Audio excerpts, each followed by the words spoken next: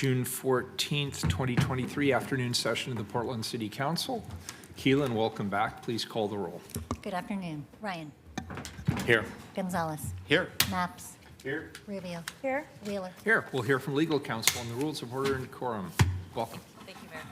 Welcome to Portland City Council. To testify before council in person or virtually, you must sign up in advance on the council agenda at www.portland.gov/council/agenda. Information on engaging with council can be found on the council clerk's webpage. The presiding officer preserves order and decorum during city council meetings. The presiding officer determines the length of testimony. Individuals generally have 3 minutes to testify unless otherwise stated. A timer will indicate when your time is done. Disruptive conduct such as shouting, refusing to conclude your testimony when your time is up, or interrupting others' testimony or council deliberations will not be allowed. If you cause a disruption, a warning will be given. Further disruption will result in ejection from the meeting. Anyone who fails to leave once ejected is subject to arrest or trespass. Additionally, council may take a short recess and reconvene virtually. Your testimony today should address the matter being considered. When testifying, please state your name for the record. Your address is not necessary. Disclose if you are a lobbyist. If you are representing an organization, please identify it. For testifiers joining virtually, please unmute yourself once the council clerk calls your name. Thank you. Thank you. Could you please read, Keelan, items 503, 504, 505, 506, and 507? Item 503, conduct a proposed use hearing on state shared revenue. Item 504, certify that certain services are provided by the city to establish eligibility for state shared revenues. Item 505, approve accepting funds from the state of Oregon under the state revenue sharing program for fiscal year beginning July 1st, 2023 and ending June 30, 2024. Item 506, adopt the annual budget of the city and establish appropriations for the fiscal year beginning July 1, 2023 and ending June 30, 2024. And item 507, approve levying taxes for the city for the fiscal year beginning July 1, 2023 and ending June 30, 2024. Very good, thank you. Good afternoon, colleagues, and welcome. Today, we will take the final series of steps and votes as part of the adoption of the fiscal year 23-24 budget as prescribed by Oregon state law. Before we get started, Budget Director Tim Grew is going to provide an overview of today's proceedings. Good afternoon, Director Grew. It's good to see you. Good afternoon. Thank you, Mr. Mayor, and good afternoon to the council members. For the record, my name is Timothy Grew, Director of the City Budget Office. As the mayor mentioned, we are here today to adopt the budget for 23-24, fiscal year 23-24. As there are a number of procedural steps we need to go through, as Keelan just read, for the record, we have 5 items in front of you as part of this process.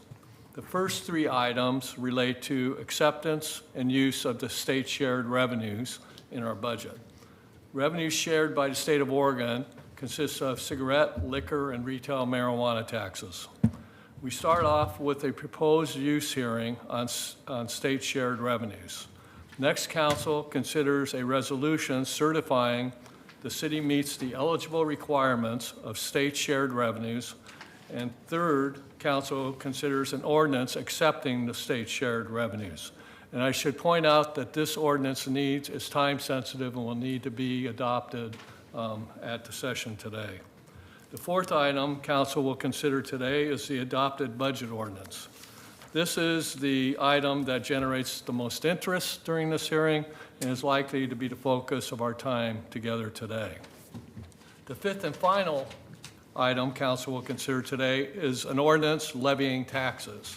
And similar to the state revenue sharing, this is time sensitive and needs to have action at your session today. With that overview, we can begin with our first item, the state shared revenue hearing. Mr. Mayor, can you now read the statement into the record for the state shared revenue hearing? I am now opening a hearing to discuss proposed uses of state revenue sharing. This hearing is being held by the City Council of Portland, Oregon in compliance with the provisions of the State Revenue Sharing Regulations, ORS 221.770. It is to allow citizens to comment on the possible use of these funds in conjunction with the annual budget process. as proposed for council adoption, the fiscal year 2023-24 budget anticipates receipts totaling $24,322,559 from state revenue sharing under ORS 221.770. As has been the case in prior years, it's proposed that this revenue be allocated in equal parts to support fire prevention as well as police patrol services. Is there anyone here today who wishes to be heard on this particular subject? Keelan, do we have anybody signed up? No one Is signed. there anyone present who would like to testify on this matter? Very good.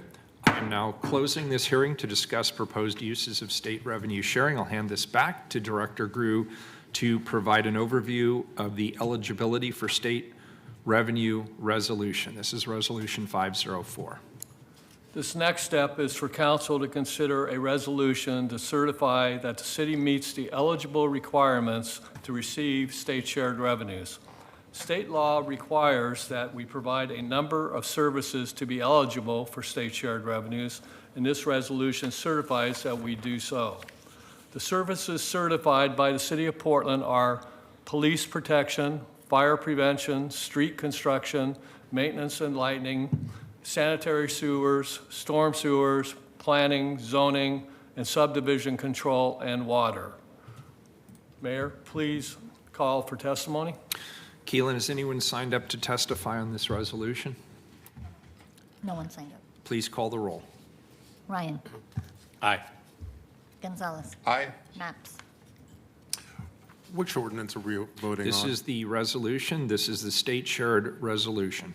Is this 505 or 504? This is 504. Aye. Rubio. Aye. Wheeler. Aye. The resolution is adopted. Director Grew, I'll hand it back. Please provide an overview of the state shared revenue ordinance. This is emergency ordinance 505. Thank you, Mayor. The third and final step in accepting the state shared revenue is for council to consider and vote upon an ordinance to accept that state shared revenues. Mr. Mayor, please ask for testimony. Keelan, has anyone signed up to testify on emergency ordinance 505? No one signed up. Please call the roll. Ryan. Aye. Gonzalez. Aye. Maps. Aye. Rubio. Aye. Wheeler. Aye. The ordinance is adopted. Director Grew, back to you to provide an overview of the adopted budget ordinance as filed. This is 506. Thank you. Now that we have held a hearing and certified that we are qualified, we just need to take action to accept revenue. Mr. Mayor, could you ask for testimony? Tim, we just did that. We're on. Oh, I'm sorry. We're on the budget ordinance. They went so fast. Excuse me, please. Wow, Please, keep up, That was Tim. very Please. fast. Okay. Excuse me on that. The next item is the adopted budget ordinance. And it is this item that generates the most interest, as I indicated earlier. I will open this item by describing at a high level the various changes from the Budget Committee approved budget to the adopted budget as filed. I will then ask for a motion and second on these technical changes to ensure full transparency with state and local budget law as the council takes its final action to adopt the budget today. Next, the mayor will entertain motions from council to amend the budget beyond the changes notated in the original filing documents. Then the mayor will call for public testimony.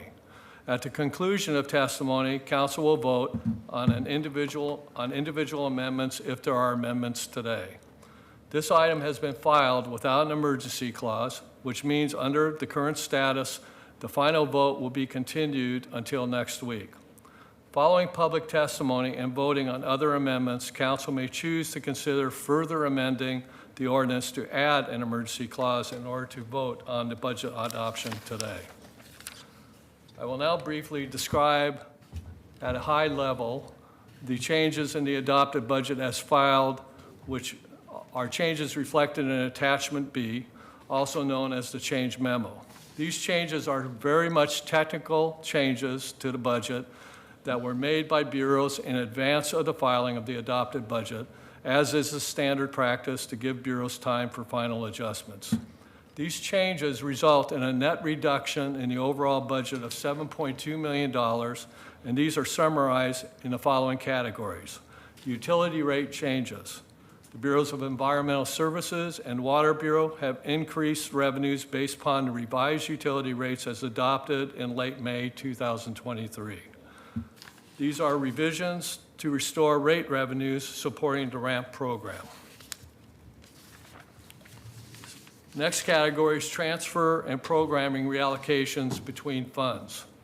The Parks General Fund, 2020 Local Operation Fund, and Capital Construction Fund are each adjusted to reflect revised planned spending, receipt of additional program dollars such as PCEF, and by PCF I mean Portland Clean Energy Fund, and program-specific fees. The Bureau is making these adjustments in the 2020 local operating levy and the general fund based upon revised projections for levy-eligible staffing and operational expenditures within the general fund.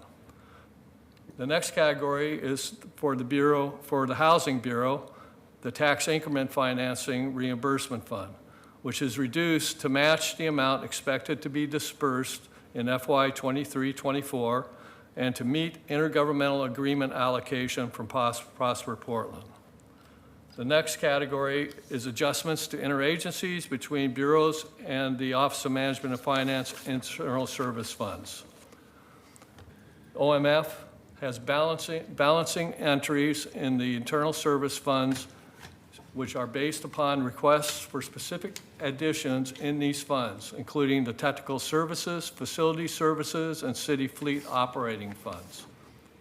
If there are no further questions on these adjustments, or hearing no objections, I will ask council for a motion and second to accept the adjustments in attachment B, which is revenues, and attachment C, which is expenditures. So moved. We have a motion from Commissioner Ryan to accept the adjustments in attachments B and C. Can I get a second? Second. Commissioner Rubio seconds. Any further discussion?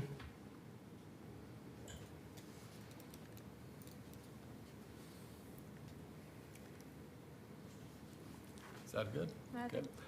Mr. Mayor, I'll now turn it over back to you to see if there are any amendments. Very good. Colleagues will now entertain amendments to the budget, if any. This could include budget notes as well as program offers. Financial amendments to programs should note the amount, the Bureau, the purpose, and the funding source.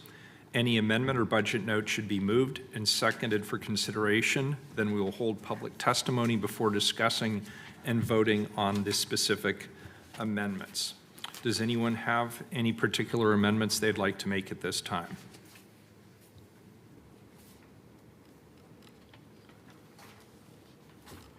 Very good. Then at this point, we will take testimony on the budget as filed. Keelan, has anyone signed up this afternoon to testify? We've had 3 people sign up. First up is Kevin Machis. Great. 3 minutes each, please. Name for the record if you wouldn't mind.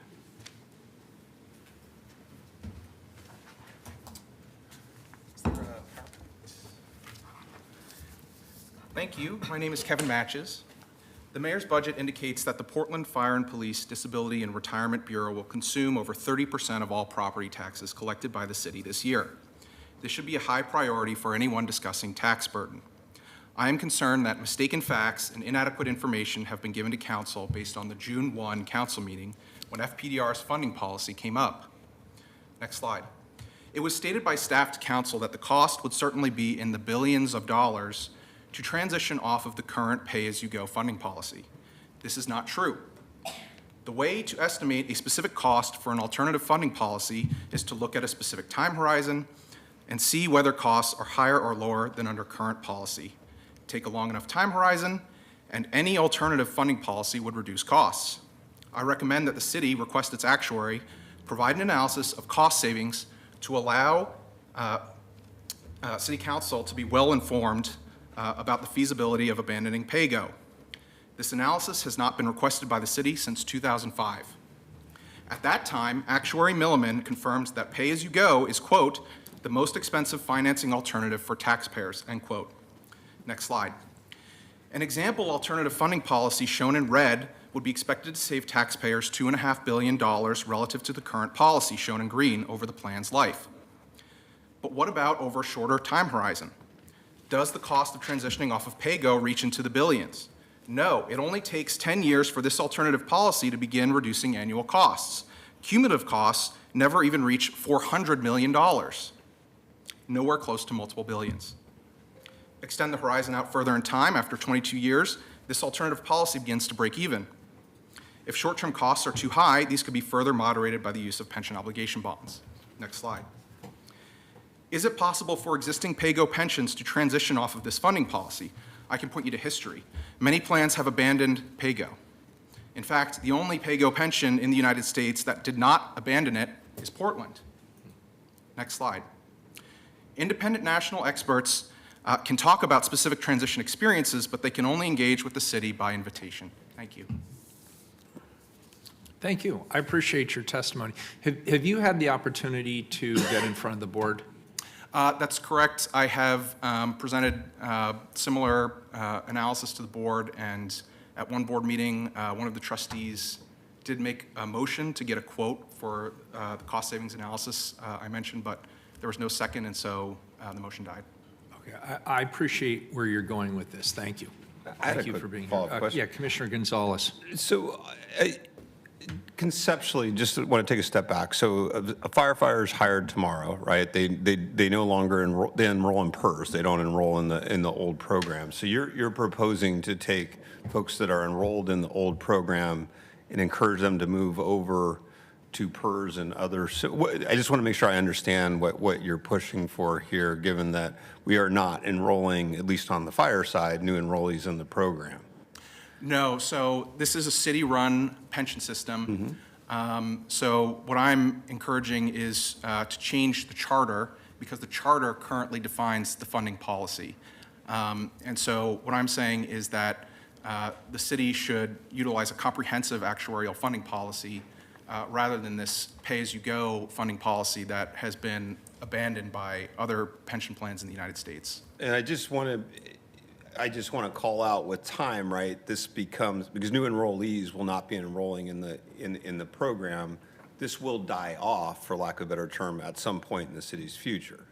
Yeah, so that chart I showed, the red versus the green, shows you how long that takes to happen, right? So there are still police and firefighters working today who are accruing under the old plan.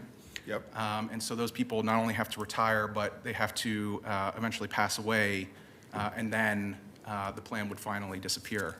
And what you're advocating would be something that would incentivize them to move over to PERS, or what would be, or that you would just change the city charter in terms of the funding mechanism? How would you get folks in the old system that continue to, how would you get them to get off of that system? They wouldn't have to get off the system, right? So I didn't mention anything about benefit policy. I'm only talking about funding policy in my comment. So the only thing it impacts is when the money goes into the plan, and therefore how much it costs for property taxpayers. I'd like to hear more on it. I mean, I continue to be interested in it. Again, I think this becomes eventually a self-solving problem for the city of Portland. It just takes a long time. So that was a decision made years ago on how to address this issue. But I appreciate your testimony. Thank you. Any further questions? Thanks for being here. Next up, we have Karen Williams. Welcome.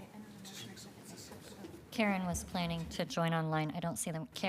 Is Karen Williams here? Okay, we'll move on to Robin Castro online. Welcome. Hello, everyone. My name is Robin Castro, and Karen Williams, the previous missing public commenter, is actually a co-chair along with me at the Portland Utility Board. And so I just wanted to say good afternoon to all of our elected leaders here today. As a co-chair myself and representative of PUB, I just wanted to provide reflections and follow up to our prior testimony during the budget process. Appointed by council as volunteer community board, our members spend hundreds of hours each year providing independent community oversight regarding policy, operations, and budgetary decisions for the Water Bureau and Bureau of Environmental Services, as well as advising council on how to navigate the firsthand impacts of utility rates. At the May 24th rate hearing, one of our ex officio members shared testimony written by and approved on behalf of the board. And that hearing was a unique moment of alignment between the Utility Bureau's leadership, the public, and labor representatives. Unfortunately, the discussion and response to our testimony focused on a reaction to word choice and diverted from the true content of our testimony and recommendations.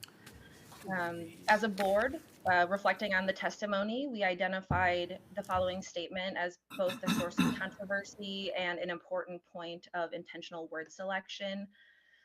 We stated that a process that does not allow for true engagement and rushes the decision while centering limited interests is classic white supremacist culture and contrary to the values of anti-racism in decision-making. And the board's criticism was and is about the process. After many months of development, engagement, and public dialogue, proposals for utility rates changed significantly with only a few days of notice.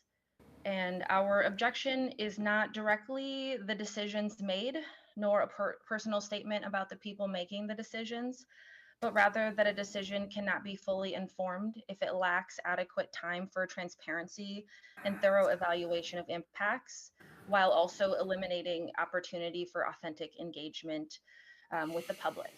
And we believe this approach is contrary to the goals of democracy and our core city stated values.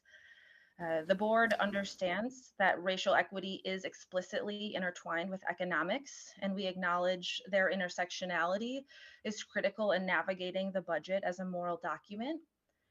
We remain concerned about the increase in deferred maintenance and the impact on labor and workforce equity with the cuts required by this adopted budget.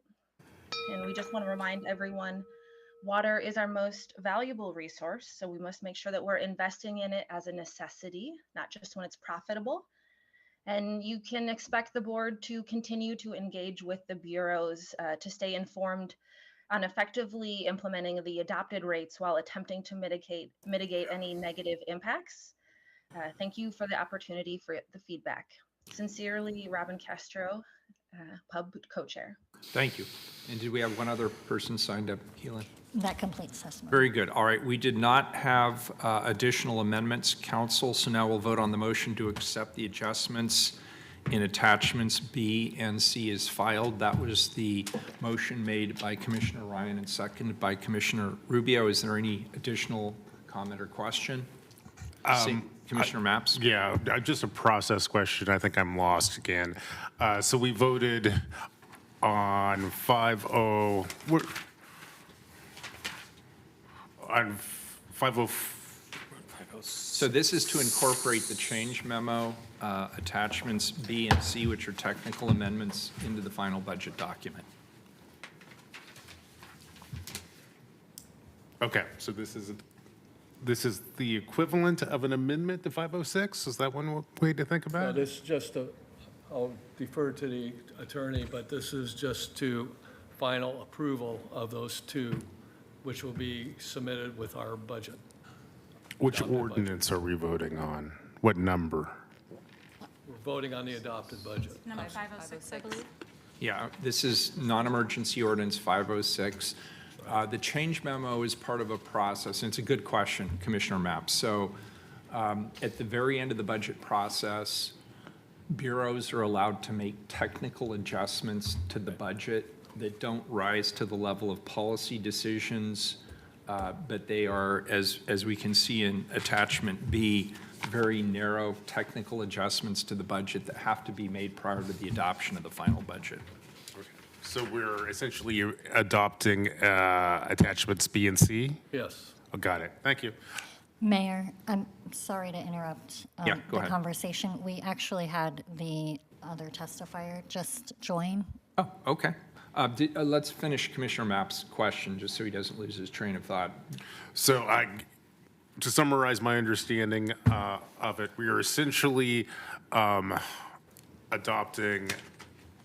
the changes in attachments B and C on ordinance 506. Yes.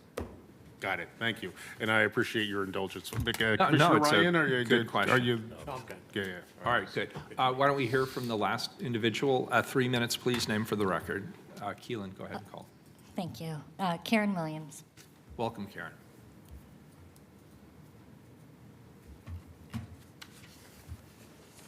Thank you, City Council and Mayor. Actually, my name is Karen Williams, and for the record, I am the co-chair of the Portland Utility Board. I have no additional testimony to provide. As I was signing in, I understand my co-chair, fellow co-chair Robin Castro was just finishing up our testimony. We just both wanted to be available for questions. Appreciate that very much. Thank you. Very good. We will now vote on the motion to accept adjustments and attachments B and C as filed. Any further discussion on the amendment? Seeing none, please call the roll. Ryan. Aye. Gonzalez. Aye. Maps. Aye. Rubio. Aye. Wheeler. Aye. The amendment is added. So now the question is whether or not we add an emergency clause to this. And so can I just get a sense from the council if we're all okay adding an emergency clause before calling for a motion? If not, we can obviously continue this hearing to next week. Mr. Mayor, we should not attach an emergency clause. Very to good. this. Then this item is continued to second reading as amended.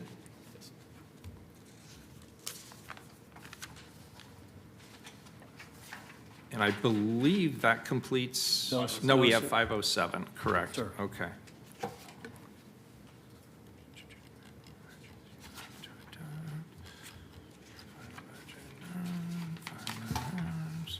I will now hand it over to Director Grew to explain this last item, Emergency Ordinance 507. It's the tax levies ordinance. Thank you, Mr. Mayor. We now have this one final item to consider to fully adopt the budget, although the budget will be officially adopted next week, but time certainty, we do need to get a vote on the council today on our tax levies.